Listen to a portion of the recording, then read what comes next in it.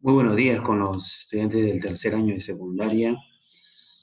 Reciban los saludos muy cordiales de nuestro colegio Basili. En esta oportunidad vamos a trabajar el tema de Historia Universal, Revolución Mexicana. Hay que entender que las revoluciones son transformaciones económicas, sociales, políticas y culturales. Hemos visto la Revolución Francesa, que fue dirigida netamente por la burguesía para lograr sus intereses. La mexicana va a tener otro contexto, ya va a tener un contexto más popular y considero de todas maneras algunas ideas importantes. ¿Ya? Bien, la Revolución Mexicana, ¿no? Esta revolución se va a estallar en 1910, considerada el acontecimiento político más importante del siglo XX. México era blanco de las inversiones capitalistas norteamericanas, el problema de la tierra se agudizaba mucho, ¿ya? La crisis agraria que condenó a la pobreza a millones de mexicanos, ¿no? Y en 1910 el anuncio pues, de Porfirio Díaz, al extender su mandato por séptima vez, ¿no? Provocó el estallido de la Revolución Mexicana por varios líderes revolucionarios. En las causas tenemos a nivel económico y social, menos del 1% de las familias en México poseían o controlaban cerca del 85% de las tierras cultivadas, ¿no? Quiere decir que las tierras estaban a manos pues, de hacendados, ¿no? Otro tema era, igual, la gran concentración de tierras en pocos dueños, explotación y miseria del campesino, ¿ya? ¿Qué más? La explotación de petróleo a cargo de empresas norteamericanas, ¿no? Y tenemos, mira, ¿no? La crisis económica desacredita el gobierno de Porfirio Díaz, ¿no? A nivel social, el gobierno de Díaz, el 80% de la población mexicana dependía de un salario rural y era ínfimo, ¿no? Las leyes de la nación rara vez se aplicaban dentro de las haciendas. La corrupción de la dictadura de Porfirio Díaz en el gobierno de 1976 a 1911, ¿no? Perjudicó mucho al pueblo mexicano, ¿no? Carecía de leyes laborales y de libertades democráticas. Campesinos y obreros en extrema pobreza, en todo caso, en su gobierno. Por lo tanto, se da el inicio de la revolución, ¿no? Desde 1876, que gobernaba el general Porfirio Díaz, encabezó una dictadura, el ejercicio del poder en el país de manera dictatorial, ¿no? Prolongó su gobierno por 34 años, imagínate. Durante México experimentó estabilidad, no podemos llamarle estabilidad política ni crecimiento económico, ¿no? Habrá sido en los primeros años, pero posterior a ello fue un caos, ¿no? Por la corrupción y por los años que lleva en el gobierno. El régimen de Porfirio Díaz va a iniciarse primero con la corrupción y el tema de la apropiación de tierras para su sector o su entorno, ¿no? Porfirio Díaz quería volver a gobernar 5 años más, ¿no? Entonces, en este contexto aparece Francisco Madero, ¿no? Que había realizado diversas giras en el país, comienza a formar un partido político. Díaz lanzó una nueva candidatura en la presidencia y Madero fue arrestado en San Luis de Potosí por el tema de conspiración. Durante el estadía en la cárcel se llevaron las elecciones donde volvió a ganar Porfirio Díaz, ¿no? Aquí Madero, Francisco Madero, plantea el manifiesto político contra la dictadura, ¿no? Y desarrolla una serie de libros, ¿no? En 1910 el Partido Nacional Antirreeleccionista de Madero que estaba formando, no logra participar, producto que él va, digamos, a Madero va a ser llevado a la cárcel, ¿no? Madero se va a refugiar en Texas, ¿no? Eh,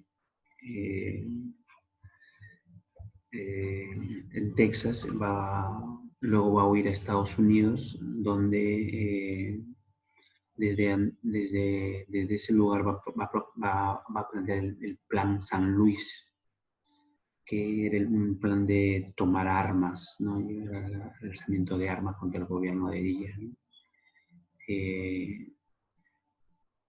En el cual pues convoca a una rebelión general contra la dictadura de Porfirio Díaz, ¿no? Y había mucho apoyo del campesinado, ¿no?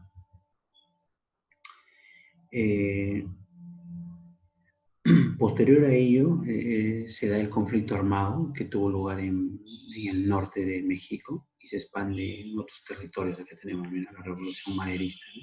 La primera. Una vez que los soldados ocuparon la ciudad de Juárez en Chihuahua, ¿no? Porfirio Díaz va a presentar su renuncia, ¿no? Y se va a exiliar en Francia, ¿no? Posterior a ello hay nuevas elecciones y inicia el gobierno Francisco Madero de 1911 a 1913. Ocupó el cargo de presidente de la República el 6 de noviembre de 1911. Su tendencia era un gobierno liberal moderado. Va a haber una oposición de otros líderes campesinos como Emiliano Zapata, Pascual Orozco, ¿no? Él lanza pues su plan Madero, el plan Ayala, ¿no? Formulado por el líder revolucionario Emiliano Zapata, pero Emiliano Zapata, que era netamente campesino, proponía el reparto de tierras, ¿no? Y la continuación de la lucha revolucionaria. Madero ya había ingresado al gobierno y pues planteaba que se den procesos, ¿no? Pero Emiliano, que había luchado juntamente con Madero, planteaba pues ya la iniciación de apoyo campesino, ¿no? Y eso hizo que haya diferencia, ¿no? Emiliano Zapata planteaba pues una revolución de corte más popular, ¿no? El otro era un poquito más moderado.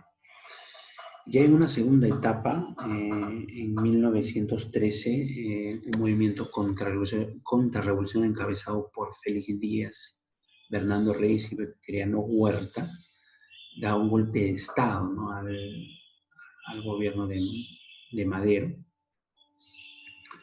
Este levantamiento, no conocido como Decena Trágica, termina con el asesinato de Francisco Madero, ¿no? Y su hermano Gustavo. Se forma un ejército,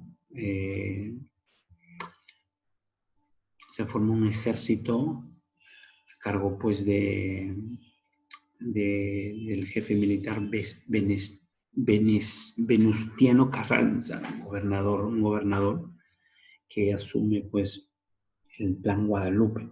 El objetivo principal era restituir el gobierno constitucional y convocar elecciones presidenciales, ¿no?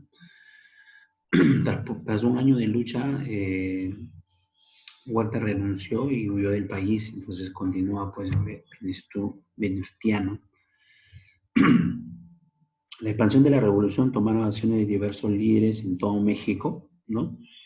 Y el triunfo de la revolución constitucionalista apoyó a tropas, ¿no? Que desembarcaron en Veracruz, ¿no? Y posterior a ello tenemos ya el gobierno de lo que se había insurrectado militar, Venustiano Carranza. Carranza, jefe de la revolución, sigue el Plan Guadalupe, ¿no? Y va a tener diferencias políticas, internamente va a haber un problema, ¿no? Con Pancho Villa y Emiliano Zapata. Pancho Villa y Emiliano Zapata eran un corte más popular, ¿no? Por lo que, digamos, va a ser oposición a este segundo gobierno revolucionario. Después de derrotar la convención, los constitucionalistas pudieron iniciar trabajo para la redacción de una nueva constitución y llevar a Carranza de nuevo a la presidencia. En este caso, en el reacomodo de las fuerzas fueron asignados los principales líderes revolucionarios. Van a matar a Emiliano Zapata en 1919, ¿no? La idea era pues ya tomar, digamos, tomar pues el control mediante ya la dictadura, ¿no? Acaba de tener apoyo de Estados Unidos en esta revolución. Por lo tanto, la revolución también en sus últimos lados, en sus últimos, podemos llamarle ya finalización, va a tener un corte ya más, llamamos así, un poco más burgués, ¿no? Ya el campesinado va a quedar dejado de lado por la muerte pues, de este gran líder campesino Emiliano Zapata, ¿no? Voy a dejar como tarea que investiguen la biografía de Emiliano Zapata también, ¿ya? En síntesis, la revolución va a iniciar el 20 de noviembre de 1910 con el iniciador Francisco Madero, ¿no? Se caracterizó por varios movimientos sociales, o sea, hubo mucho movimiento, ¿no? Porque muchos partidos se querían formar, ¿no? Aunque en principio era una lucha contra el orden, se estableció en una guerra civil interna de varios partidos. Por un lado estaba Madero, que iba a ser asesinado por Carranza, luego la oposición del campo por Emiliano Zapata y Pancho Villa, ¿no? Una guerra interna muy fuerte que va a aprovechar mucho Estados Unidos al final para controlar y aprovecharse de la revolución. En conclusión, la extrema miseria y explotación siguió de los campesinos, se dio ausencia de libertades políticas y la intervención económica extranjera que no favoreció, ¿no? Esta revolución de Pancho Villa y Madero y todo se dio pues la influencia de ideas socialistas que se estaban dando pues en Europa. Vamos esto a complementar mucho con el libro, ¿ya? En la asesoría de hoy, nos estamos viendo.